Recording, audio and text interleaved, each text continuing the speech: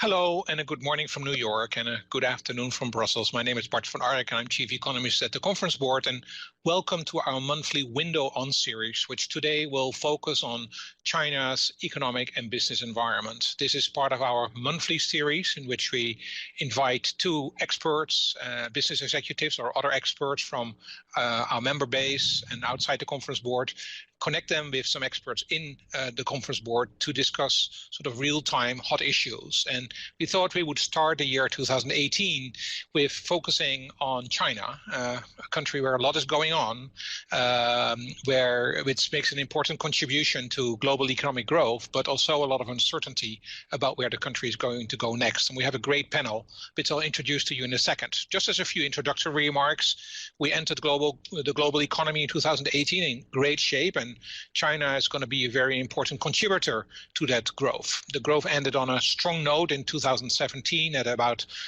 almost 7%, 6.9%. And in 2018, growth in China may be a little bit slower now that President Xi Jinping's position is secured politically.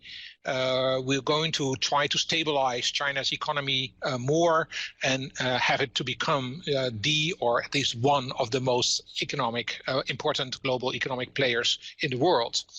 The key for China's government, of course, is whether they can strike a balance between the necessary reforms in order to provide that sustainable growth versus the stability that is expected both within China and from outside China. There may be aggressive reforms, but they will need to be countered by other policies that contribute more to stability. And of course, on the way, we can see significant risks happening. However, if this is all successful, then of course China's economic reforms will allow the economy to take a leading role in a dynamic global economy in the next 5 to 10 years. But the size of the ambitions are huge. You only have to think about the One Belt, One Road program, Manufacturing 2025, massive programs that are aimed to drive China to another level of economic growth and development. And these ambitious programs also bring risks with them. And these risks can potentially be quite impactful on the global economy, add to financial instability, and even to the potential for a global slowdown or global crisis. So it's a very difficult situation we're in. And even if we take the short term with all the challenges, for example, around potential trade conflicts that may arise between China and the US, there's a lot for us to watch. So this morning and this afternoon, we're really benefiting from an excellent panel. And that panel I'd like to introduce to you right now. Our two external speakers today are Bert de Grave. Bert is the chairman of the board of directors of Beckert in Belgium, a longtime member of our China Center, and a very well-known and large company operating in China for many, many decades. Bert, it's great to have you on. Welcome. Thank you. And then we go to Washington, D.C., and there we have Jeremy Waterman. Jeremy is the president of the China Center of the U.S. Chamber of Commerce and vice president for Greater China. Of course, very visible on how we need to look at China-U.S. business relationships. And we're really looking forward to hear from you today, Jeremy, particularly in this environment in which so much is happening between China and the U.S. right now. Welcome. Thank you. Thank you. Nice to be here. Then in our studio in New York, we have Ivan Kramer-Flood. Ivan is Associate Director for our China and Asia programs of our China Center for Economics and Business. Ivan, you're in the studio in New York. Welcome, and thanks for joining us again. Glad to be here, Bart. And then finally, up in Connecticut, we have Eric Lund, and Eric is our Senior Economist for China Geoeconomics. It's China's relationships with the rest of the world, and it's great to have you on also. Good to be here. Right. Okay, let me quickly make a few practical remarks on how you can maximize the benefits from this webcast, and then we'll go into the substance. First of all, this is an interactive, very interactive webcast. We'll spend a lot of time talking to each other, but we'll so like to hear from you, and you really should put in your questions anytime you want to do that during the webcast. Anything you'd like us to discuss, please put it in now, and I'll do my best to weave it in sometime during the conversation. So you can do that by just typing in your questions in the box on the left-hand side of your corner, And as I said, I'll try to weave them in during the webcast. There are a couple of supporting slides, not many, but if you'd like to download the presentation, please do so via the download pod in the bottom center of your screen. You can juggle between a full video screen and a PowerPoint screen. As I said, we are not using a lot of slides here, so you may want to use the full video screen to get the maximum and best experience, and you can do that by clicking on the 4 arrows at the top right of your screen.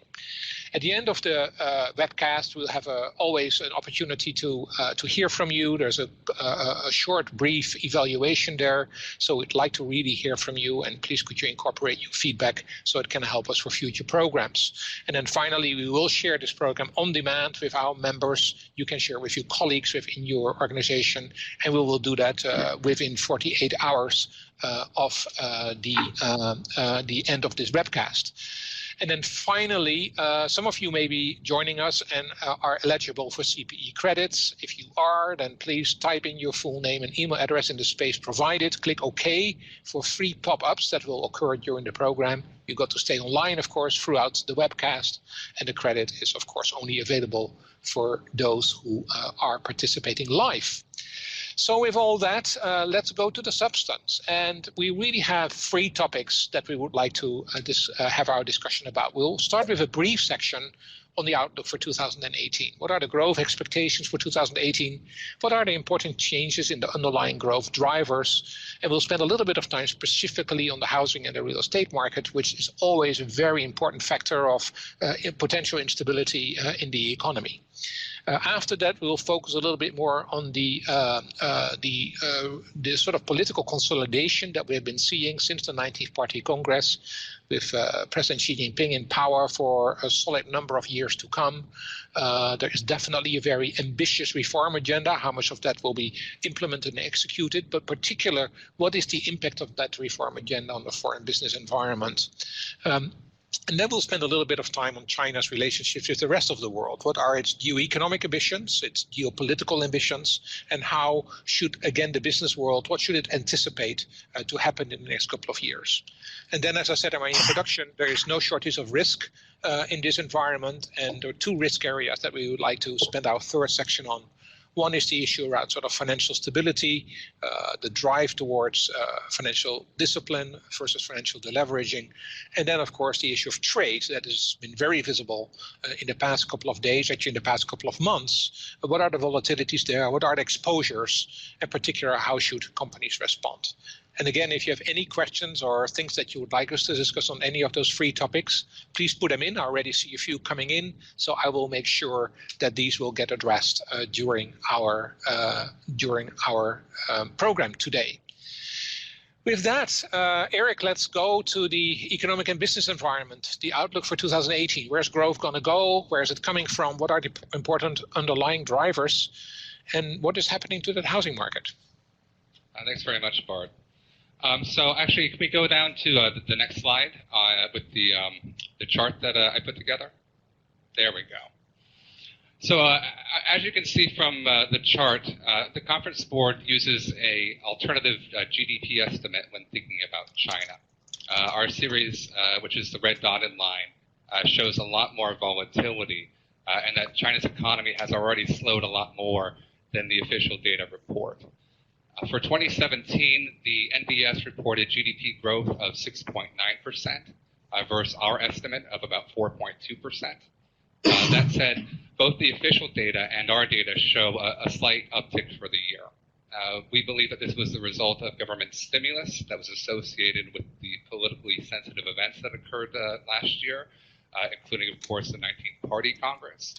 As well as some tailwinds that were derived from improved economic activity overseas in places like the U.S. Looking ahead into 2018, we expect to see this slowing trend continue and forecast GDP growth to come in at about 3.9%. One of the primary reasons for this expectation is that we expect government stimulus to start to fade.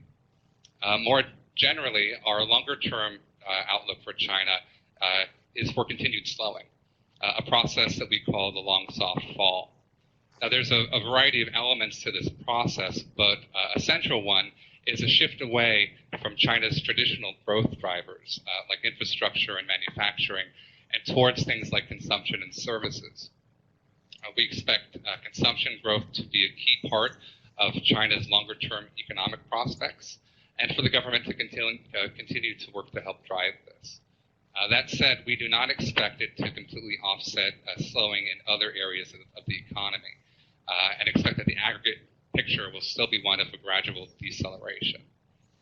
One last thing I'd like to note is the outlook for China's property market. As I'm sure a lot of you know, after tremendous price appreciation in 2016, the government took a variety of actions to try to cool the market.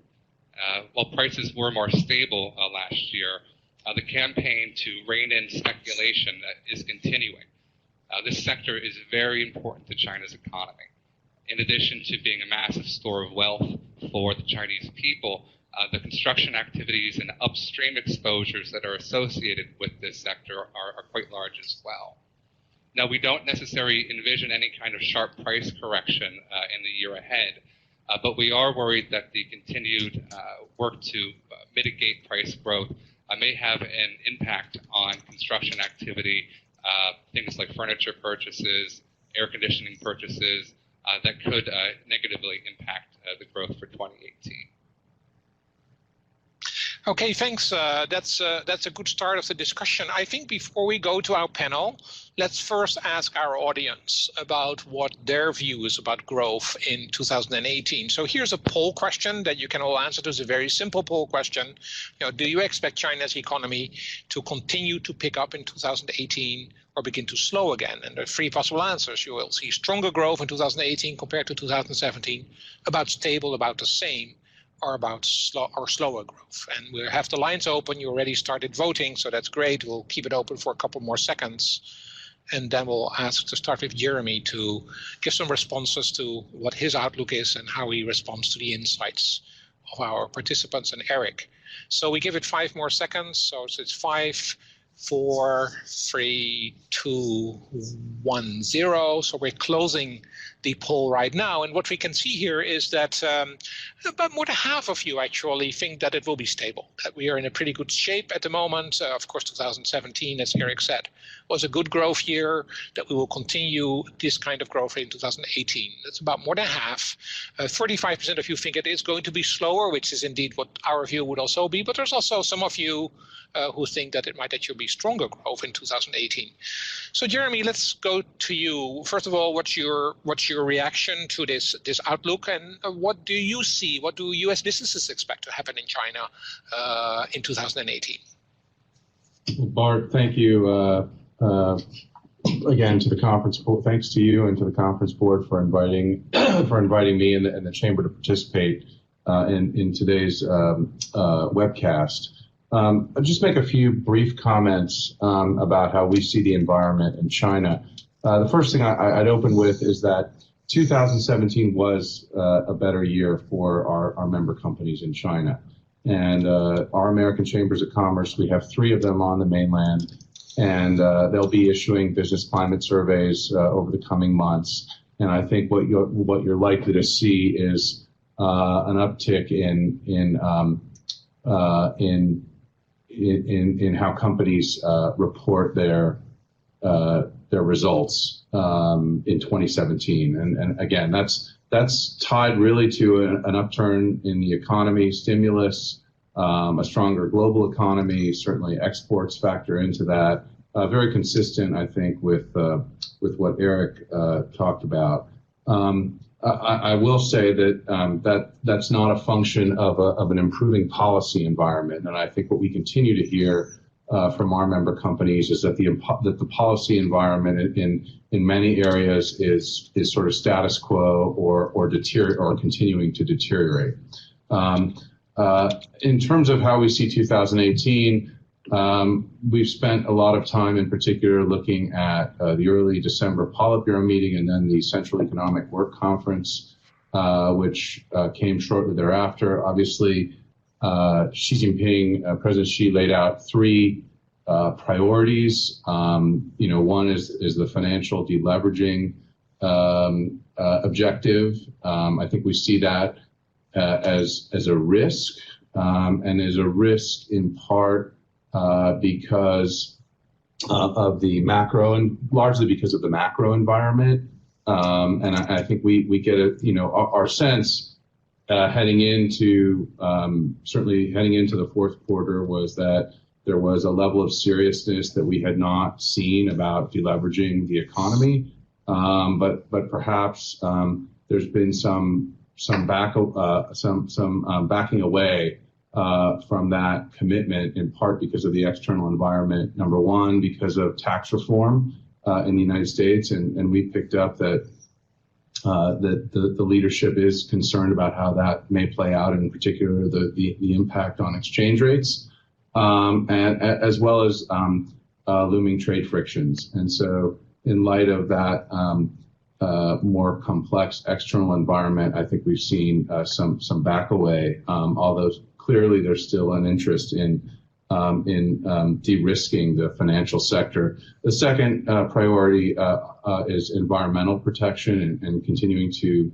clean up the environment. We see significant opportunities there for companies, although some risks as well. Certainly China's been quite aggressive now, increasingly aggressive in enforcing environmental laws and closing down factories, trying to address in particular overcapacity and pollution in the chemical industry. And so that's a risk. Obviously, a lot of these actions are quite bold, and there's been now some pushback, but we see both opportunity there, obviously, in terms of a sales opportunity for companies that have technologies that can help China with its environmental challenges, but also some risks.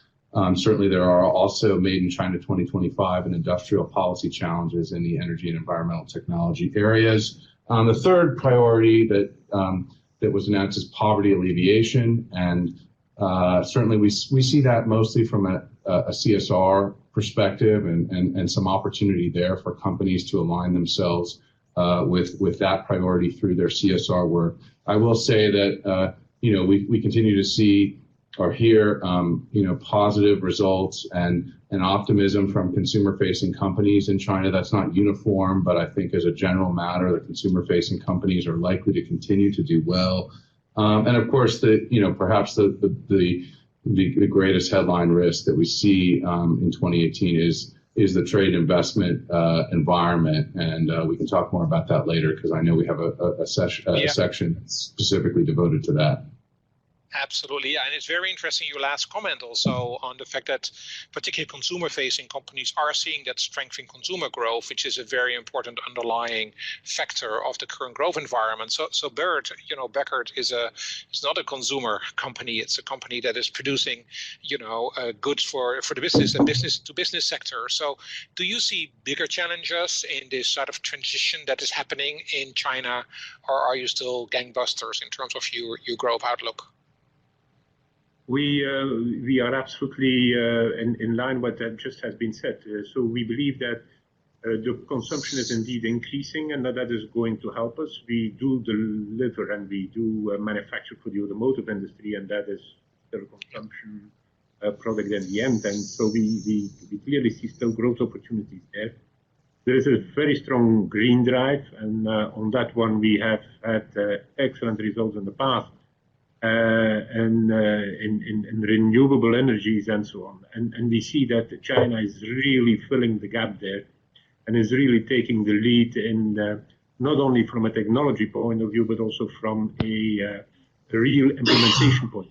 So they are taking the lead in solar, they are taking the lead in renewables in general. And I think it's a huge opportunity that we have from European side to jump into a gap that we believe that they are creating, and what they still need technology, they still need management capabilities and capacity to handle their growth in that area. So we are rather positive. We believe that indeed there is a gradual marginal slowdown may be possible, but we shouldn't forget that 3-4% growth on an economy which is slowly becoming the biggest one is not a bad thing to be in. So we have been there for many years, and there's nothing new, not from the deleveraging point of view, not from the party taking power again. We've seen all that before, and I think we just have to learn to live with it. The most important thing is to be there, to stay extremely competitive, and to watch what it is and be part of what they are doing, whether it is the internal growth, which is still going on, moving west, and all those things, as the opportunities that those external growth initiatives that they are having. OBOR, let's not forget the Asian Investment and Infrastructure Bank, which is sitting on a hell of a lot of money, and which is China-backed, not maybe China-led, but definitely they are going to support a lot of initiatives that are going to offer the opportunity. And as they are moving out, they are being confronted with their absolute lack of management capabilities. And what we see is that there is a huge opportunity for us, even as industrial companies, in accompanying the Chinese in their export activities there, and not just export activities. They're starting investing in Southeast Asia. They're starting to invest along the OBOR lines. And there's opportunities for us there as well. Yeah, so that's really looks like a rosy outlook. So even, our China Center members, we talk to them pretty much every day. Companies from both Europe and the US deeply invested, like Beckert, in China. Do we hear the same rosy story all around? That it's a good outlook for 2018? Yeah, I think that the Conference Board China Center member companies probably would mirror the reaction we've heard so far, particularly from Jeremy as well, and that many of their members are the same as our members.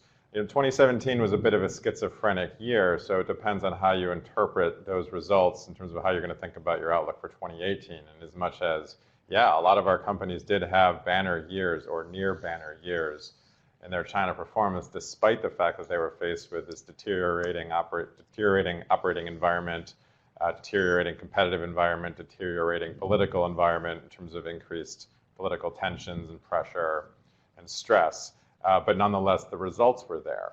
So if you're thinking about 2018, it depends on how you interpret why 2017, why China was able to execute this modest rebound. If you believe it was built on debt and an unsustainable real estate bubble, then you would expect a correction to come around 2018 and the resumption of what we've called the long soft fall, which at times has been soft and at times hasn't been soft.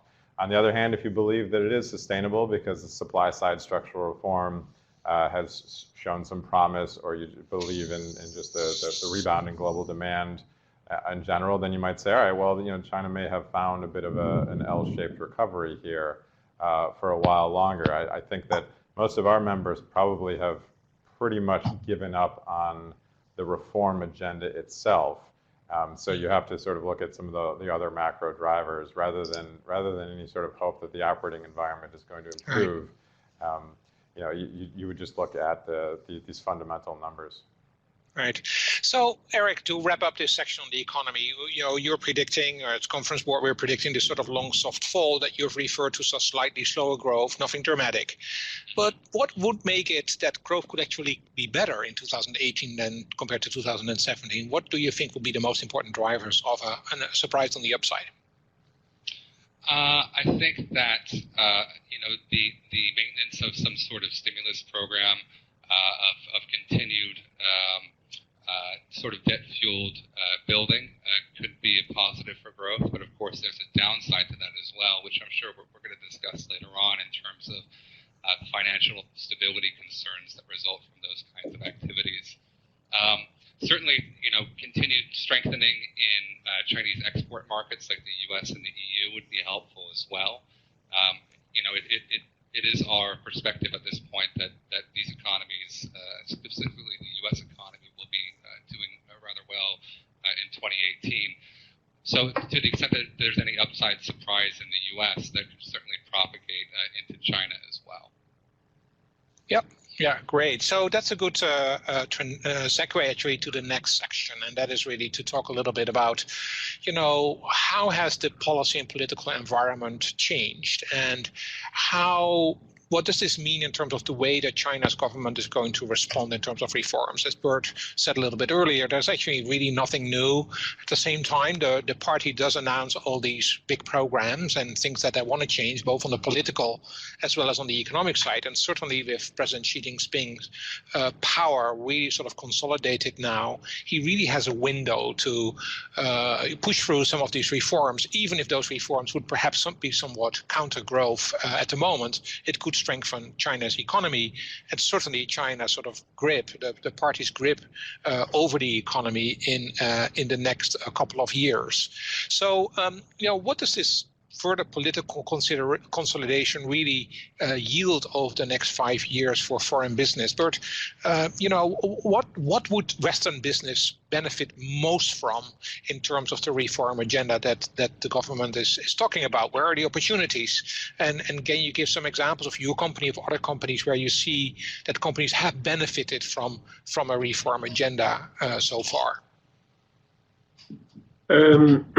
I think one of the most important things is that they keep trying to control the things better, and it's a very difficult one for Westerners to accept that the government has to indeed intervene at certain points in time, and it goes in very strange ways, and for us really sometimes extremely difficult to understand. What I see, for instance, having lived and worked there in the early 90s, I see this really coming back, how the party is getting back into the company. What we would have to see is if this is just a question of a structure that they are putting back in place to know what is going on, or whether it is really going to be to intervene and try to intervene. We see in the partnerships with state-owned enterprises that it definitely has an element of intervention, not only control, but also intervention. And that might slow down, and that might really make the relationships with the state-owned enterprises more difficult. Although we know that the state-owned enterprises remain really a very important element in their whole policy. So that is not an easy one. On the other hand, the whole drive to have better control, to reduce corruption in a very broad sense, all the inefficiencies that we have seen in the system very often are derived from that corruption or that element of corruption. That has definitely also a positive element in it, and we see that as an opportunity to build and to rely on better stuff. To the extent that for a company like ours at this point in time, China is really the place where we want to start and try out any transformation process that we are doing within the group. It's a 30,000 people group all over the world.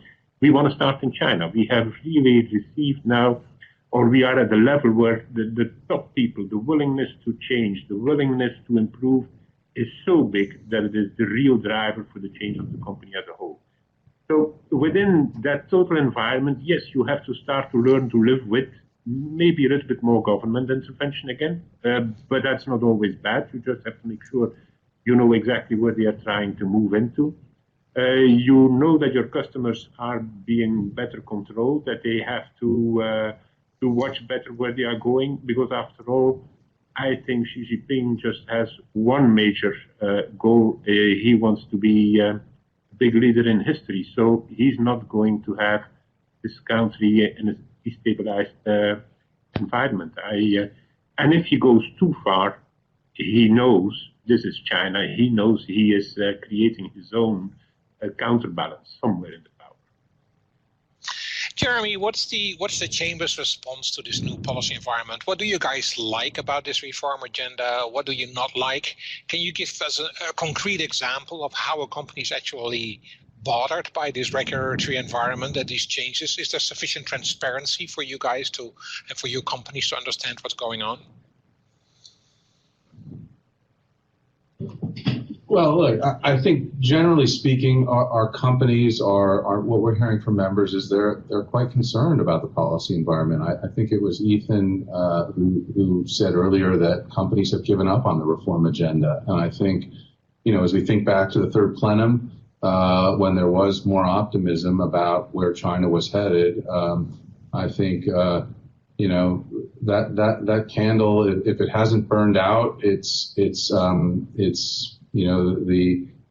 the wick is down to the very end. And I think obviously as we see more and more about where Xi Jinping is looking to take the country politically in terms of internet control, in terms of party involvement in corporate activity, the internet in particular, and data issues loom extremely large for our members, and obviously that's something that affects companies across sector, because just about every company these days is a data company. And so companies are really trying to get their arms around what the cyber law and all of its progeny mean in terms of the ability to operate not only in China but globally, because China is so important as a global in terms of its role in the global economy. I would say, that in a macro sense, we are still we're continuing to work through at the chamber how we respond to the changing policy environment. I think one of the things we are continuing to try to do is be very candid, both with our friends in China, and obviously we have long-standing ties and relationships at the most senior levels of the Chinese government.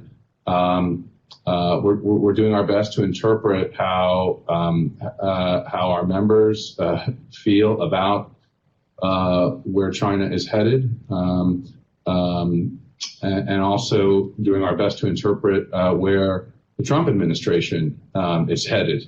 In fact, we were just out in China, actually right after the new year. We had a delegation of former cabinet officials with us to talk very candidly with the Chinese leadership about the policy environment and our very serious concerns about what is likely to come next. And is there a clear response, Jeremy, from the policymakers about what you guys can expect, or is it intransparent and ad hoc? I think well, look, I think what we are hearing right now and seeing from China is a combination of, I would say, three things. One, frustration. So I think there's obviously, and we can talk about this more in the last session, frustration with the approach of the Trump administration, and in particular, a frustration with what we see from some of the cabinet officials, or their interpretation, their perception of the approach of the cabinet. And obviously that comes from the president, so we shouldn't leave the president out of this. Two, I would say concern. I think the Chinese do talk about sort of a managed trade war, that they're ready. If this is something that they get dragged into, they're ready to respond. But I think they're also concerned. They're concerned about the potential that things could, in fact, spiral out of control. They're also concerned about rising geopolitical tensions in the region, certainly North Korea, South China Sea. But in particular, I think the national security strategy that was issued by the Trump administration. Every administration issues a national security strategy, but there was really significant changes when you look at the language of this national security strategy with regard to China, and really casting China as an adversary going forward. So that, I think, is resonating certainly in academic circles, but also within the government and the leadership. So I think it is. And then I would say, obviously, there is a tremendous amount of confidence bordering on arrogance, hubris in Beijing today. And, I think they're confident in the economy. They're confident about the fact that they know their shortcomings. They're confident in their long-term strategic planning, particularly when they compare themselves to the U.S., where we have a change in our leadership every 4 years. And so I think there is that confidence as well, and right. They're feeling that they can stay the course.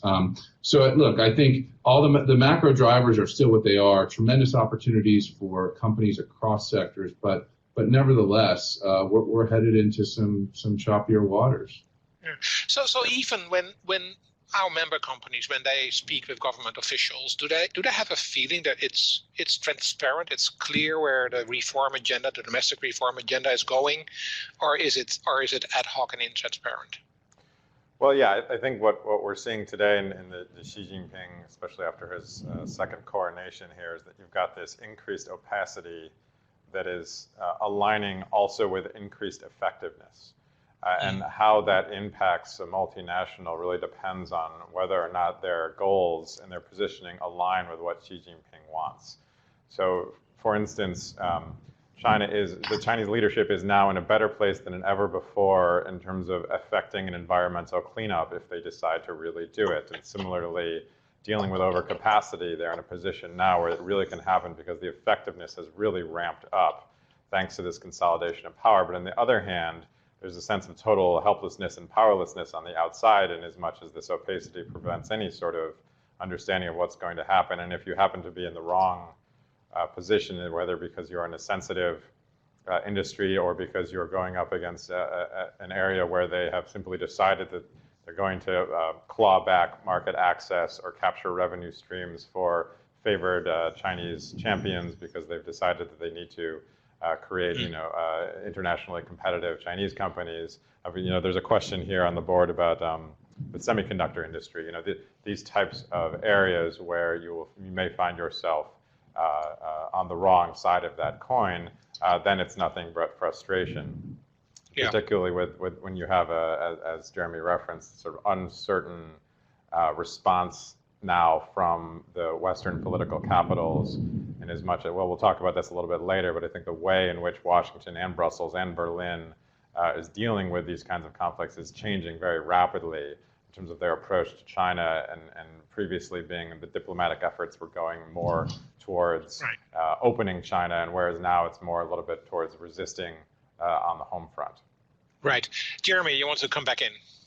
Yeah, just briefly to your point about transparency and the response of the Chinese leadership to concerns of of foreign business and foreign governments. So when we were in China just a couple of weeks ago, we met with several people in the leadership, and in one particular meeting, we asked about the Made in China 2025 policy and expressed concern about subsidies and other related policy issues for our members.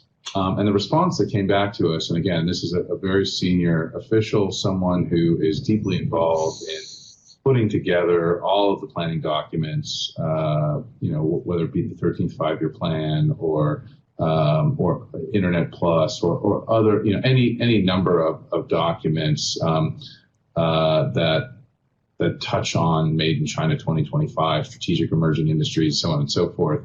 And the response was, from the official was, I have not read the document. I have not read the policy. Your members really have nothing to worry about. And I think, that's on one level, it's not entirely a surprise to hear that. But on another level, given where we are in sort of an evolving response, almost an antibody response to some of these, global champion, domestic champion type of policies. I mean, you can pick whether it's mercantilism or, you can pick your description. I think we were all shocked to hear this official pretty much deny, almost flat out deny that this is an operationalized policy of the party, and so I think and this underscores a broader point in terms of it's not a gap or even a valley. It's really a chasm between the rhetoric that we see from President Xi about support for globalization, support for public goods, and really the reality of China in many areas of its policymaking and planning, acting as a deglobalizing force, a force for deglobalization in the economy. Yeah, Eric, very quickly. I just wanted to note one thing that I've been hearing, or touch on it rather.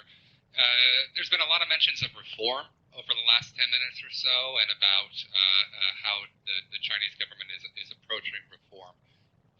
And I think our audience, as myself included, when we hear the word reform, we typically think about economic liberalization localization and sort of adoption of market principles and things like that. This was discussed at the third plenum a number of years ago, but we really haven't seen much activity on it.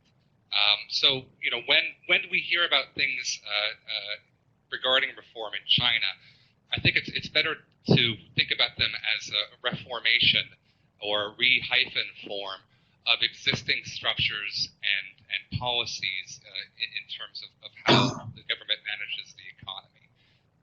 It's not the adoption of market forces. It's really more about just reshuffling existing programs and structures. Right, very interesting. So let's move the reform or the change a little bit to the sort of the more geoeconomic and geopolitical sphere. So on the geoeconomic side, Bert, you already mentioned One Belt, One Road, there is manufacturing 2025, there are all these very large geoeconomic ambitions that China is having.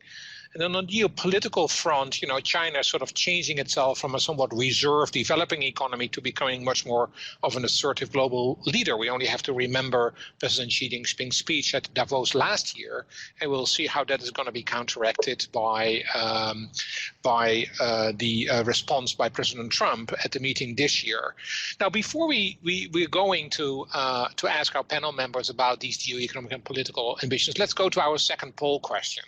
So our second poll question is a question to you as participants, whether your company sees new business opportunities associated with China's increasing outbound assertiveness, or are these outbound programs more of a competitive threat? So you have kind of four answers here. You can say, yeah, there are real growth opportunities and we're already working on them. The second is, yes, there are potential opportunities, but we're not yet active on it. 3, it's a competitive threat to us, and 4 is no, it's not really something that we're looking at. So let's give it a few seconds, hear from you, how your organization is responding to this sort of outward ambitions that we're seeing, and then we're going to go to Bert to respond to that poll question, but also talk a little bit about sort of specifically, you mentioned OBOR, and you can go a little bit in depth there. So 5 more seconds, so 5, 4, 3, 2, 1, and we're closing it down. So about half of our respondents just went down a little bit. 45% of our respondents said yes, there are clear growth opportunities that we are seeing from China's growth ambitions outside China, and we're already working on those. So we're already beginning to see opportunities that we're benefiting from. 22% of you are saying it's really a competitive threat to us more than anything else, and then there's a 1/3 is really not involved. So Bert, what's your response to this? You already mentioned that your company and the companies that you're working with in China are seeing One Belt, One Road as a real opportunity and already realizing. Maybe you can give us 1 or 2 examples of how that is playing out. I must say that I'm surprised by the poll. I would have expected, if I listened to politicians, the poll would have been exactly the opposite. It would have been only half of the people that see an opportunity, and most of them see it as a threat. And that is really the message that we are all getting on this side, in Europe anyway, that OBOR is just one big highway into our market, and not, as the Chinese say, well, it's still a highway that goes both ways, and that is also opening our market. I think we have to, again, be very realistic. It is a Chinese initiative, so I think the real purpose is to benefit to the Chinese economy as a whole. And I think that the best way of taking the opportunities from OBOR is indeed by being in China and being a partner to the Chinese that are going to get the support to make those investments, that are going to get access to the Chinese money, maybe to do those huge infrastructure works which OBOR is doing. And what we see is that indeed there are more Chinese companies which are really looking at, as well in the northern route as the southern route, I would say, from the OBOR, that are looking at investing. They are doing their investments. First place actually that we see is in Southeast Asia, and they're asking for help. They're asking us to help them in establishing that growth, and I think we just have to make sure that we're not left out. Again, if you can't beat them, and I don't think we can beat them, then you just have to join them. And that's where the opportunity is. That's where the risk is, but you can better define the risk if you join them and see what they are doing, and if you can try to be not only a good partner within China, but also being an excellent partner outside China, if that is the ambition that they have. So yes, we see them building factories. We see the projects coming, and they are looking for help in as well the management as in the technology and the product. I think we, again, it's an opportunity we should not underestimate. And the major difficulty is always to try to read the Chinese, and not only reading them with our Western view, but to read them with their view, from their perspective. Jeremy, is it harder for U.S. companies in this somewhat tense political setting at the moment to benefit from those opportunities, or do you see companies just, doing what Bert is describing, benefit as much as they can? Well, I think many are, but it really breaks down on a sector by sector basis. I think if we look at the experience of even in information communication technology, which the Chinese have targeted that sector in a way that they just haven't. I mean, they're targeting other sectors as well, but that sector in particular is one where they are very intent on growing domestic champions and even global champions. But even there, obviously, U.S. companies, some U.S. companies are continuing to do quite well. I mean, I think for how long remains to be seen. But certainly, I think it is becoming, again, as we said from the outset, a more challenging environment in terms of the operating environment, the policy landscape. I don't know if I want to go so far as to say the walls are closing in, but in some sectors, I think companies are looking at a narrowing window because of the competitive environment. But the competitive environment certainly cannot be separated. I mean, obviously, you have Chinese companies today that have much more capacity, that are in fact more competitive, more market oriented. I don't want to say they are market oriented, but because even if you look at in many private companies are operating in a highly protected domestic environment. I would say, look, OBOR, I think we at the Chamber, we see OBOR as a potential opportunity, and some of our members are having some success, in participating in OBOR projects. But I would say that as a general matter, there's a sense that that OBOR really is open to foreign companies, to U.S. companies, where there's a niche play, and where Chinese companies are just unable to fill the gap. The aim at the end of the day is for Chinese companies, and I think Bert just said, we have to remember and be realistic. This is a Chinese initiative.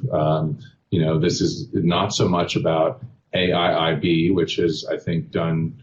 I think President Jin has done a very good job in setting up I think what is a very credible, well-run to date multilateral financial institution.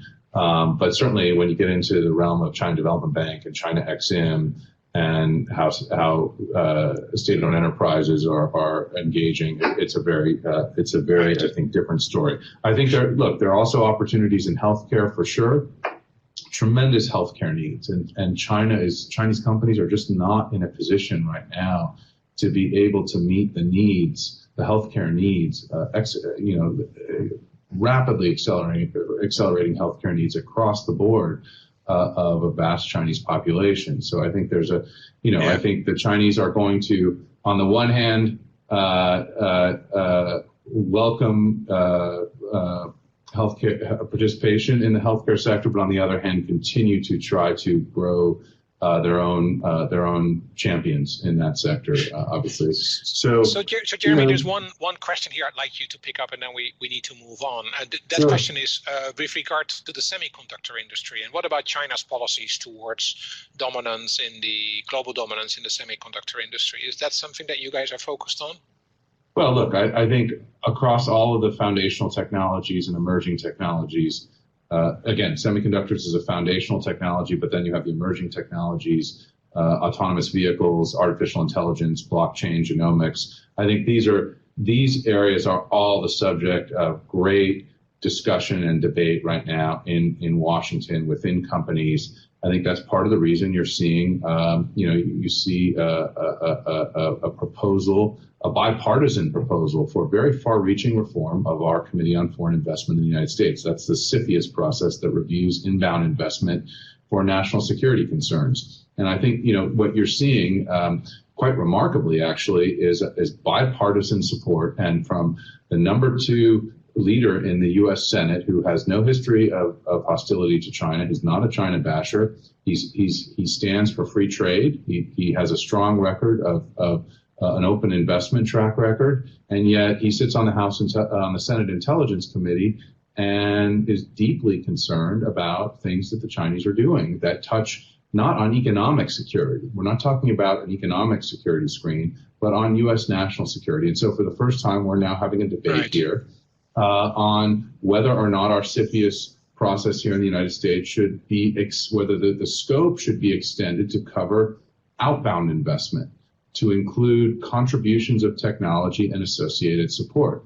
And we have some companies, some members that very much support that approach, and others that are deeply, deeply opposed. But I think it's instructive and illustrative of really a changing environment here in Washington that goes, and in the United States, that goes well beyond the Trump administration. Because I think people are looking at the underlying analysis. They understand what China's doing, and that's certainly true for the semiconductor sector. Yeah. All right, so that's great. Thank you for answering that question. Ivan, let's spend the last 10 minutes on trade, but before you go into the trade, there's one other question here which is more geopolitical, and it is whether there are any concerns about China's expansionist policies, for example, and then the geo-expansionist policies, political, for example, in the area of the South China Sea on the business relations with China. I mean, this has been a simmering issue.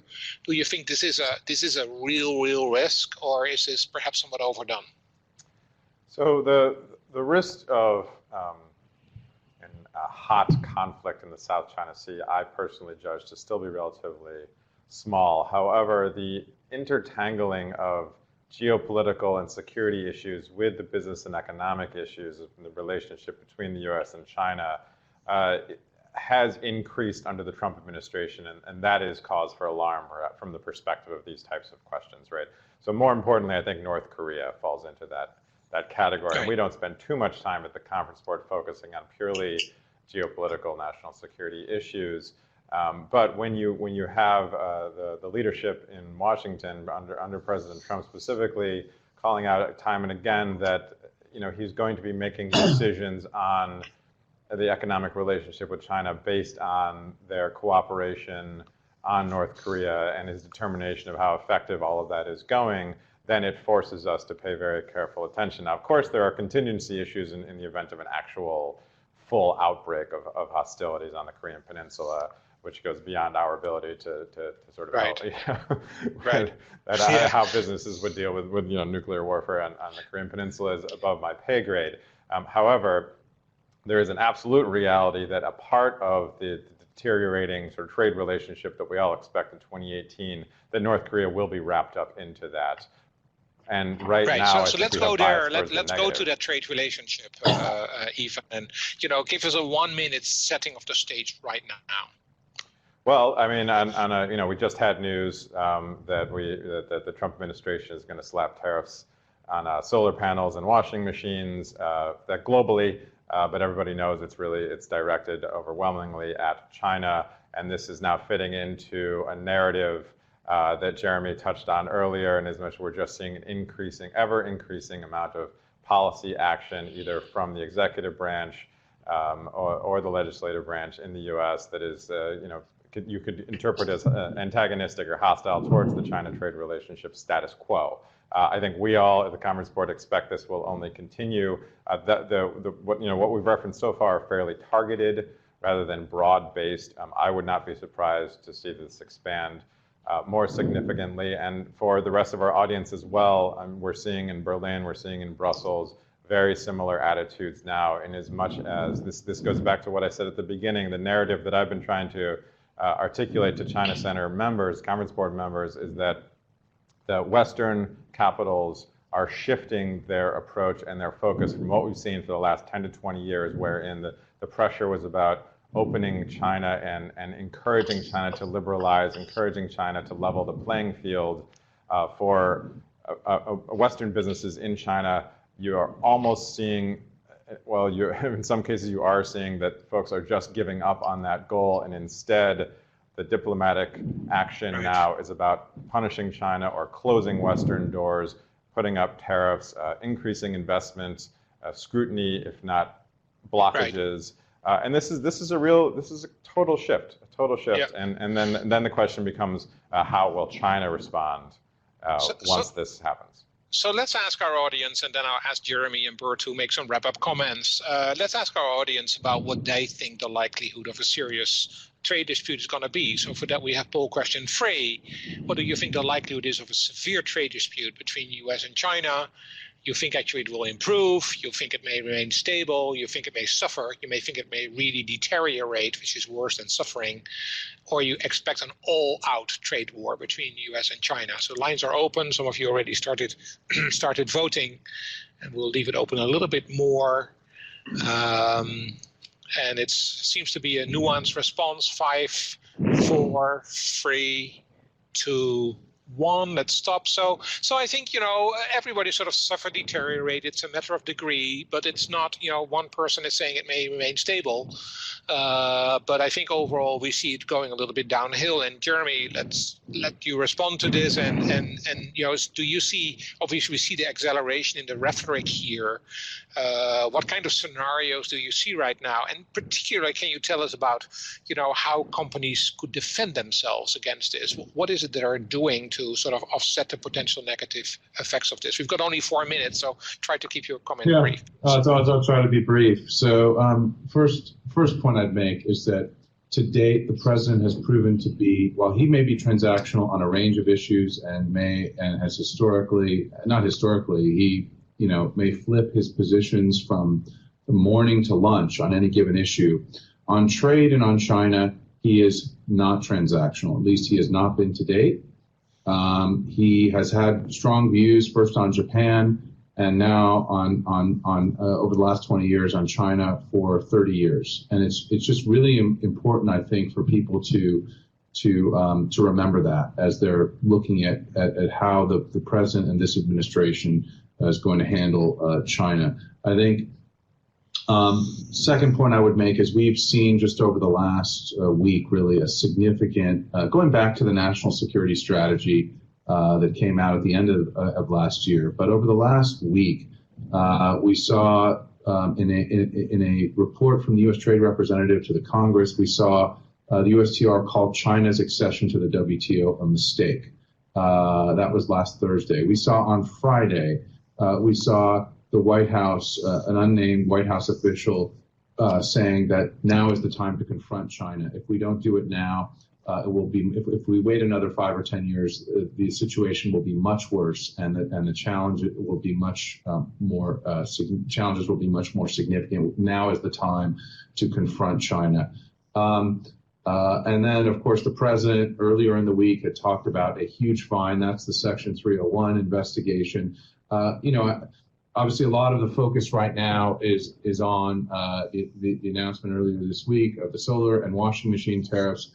I think the way to view those really are as a small appetizer, a palate cleanser, even if you would. I think the administration is largely downplaying those actions as ordinary course of business, as a response through our trade remedy laws, consistent with the recommendations largely consistent with the International Trade Commission. And if you want to look for a silver lining here, I would say that the administration largely hewed to the recommendations of the International Trade Commission. In fact, went perhaps a bit easier in some areas than particularly on solar, than the industry wanted. Right. The industry wanted quite a bit more in terms of a remedy. But I think that really the main course here is Section 301. I think we'll probably get a preview. We may see post Davos. We may see the rollout begin. Certainly, the State of the Union is something to keep an eye on, and that is really likely to be the reset, at least the beginning of the reset of the U.S.-China relationship in very concrete terms. And then I think shortly thereafter, I think we're likely to see the rollout of a response or remedy package, if you would, potentially to include tariffs, very likely to include a new investment reciprocity regime focused on China. I think there are other measures that are being discussed, from export controls to visa restrictions, again, all tied to this Section 301 investigation, which focuses on technology transfer and IP theft. In terms of... Sorry, we need to wrap up here. Okay, very quickly, because we're out of time. Okay, just I think, look, companies need to be realistic about the risk. You need to be very realistic. You need to assess your exposure in China. You need to ensure that your operations in China, if you have sensitive IP on the ground, operations on the ground, that you're ready for dawn raids. I heard just yesterday about a large Fortune 100 company that was just subject to a dawn raid tied to, I think, retaliation and certainly their Made in China 2025 motivations, because the technology is part of is listed in Made in China 2025. I think for companies regionally, you need to be looking at your supply chain exposure if we see tariffs. This is not the year that I would be inflating your China numbers. I'd be realistic. This is really for U.S. companies. It might work out better for European companies. So I'll leave it there. Yeah, thank you. We really have to wrap up. We're at the top of the hour, and we're very determined about that. So first of all, Bert de Graeve and Jeremy Waterman, thank you so much for your contributions. Even Kramer Flood, Eric Lund, it was very helpful to have you on. As always, a lot more to discuss than we can possibly cover in an hour. Thank you for joining us. Just on this slide, you can see the upcoming windows. Next month will be on the U.S. tax plan. Of course, another hot topic issue. In March, we'll talk about Saudi Arabia, pretty much a similar type of webcast as we have here. And finally, let me point you to any other related resources from the conference board. Thank you again very much for joining us. If you see the evaluation, just take 2 minutes for that. That would help us a lot. And I wish you a great day from New York and from Europe. And I hope to see you soon again. Thank you and bye-bye.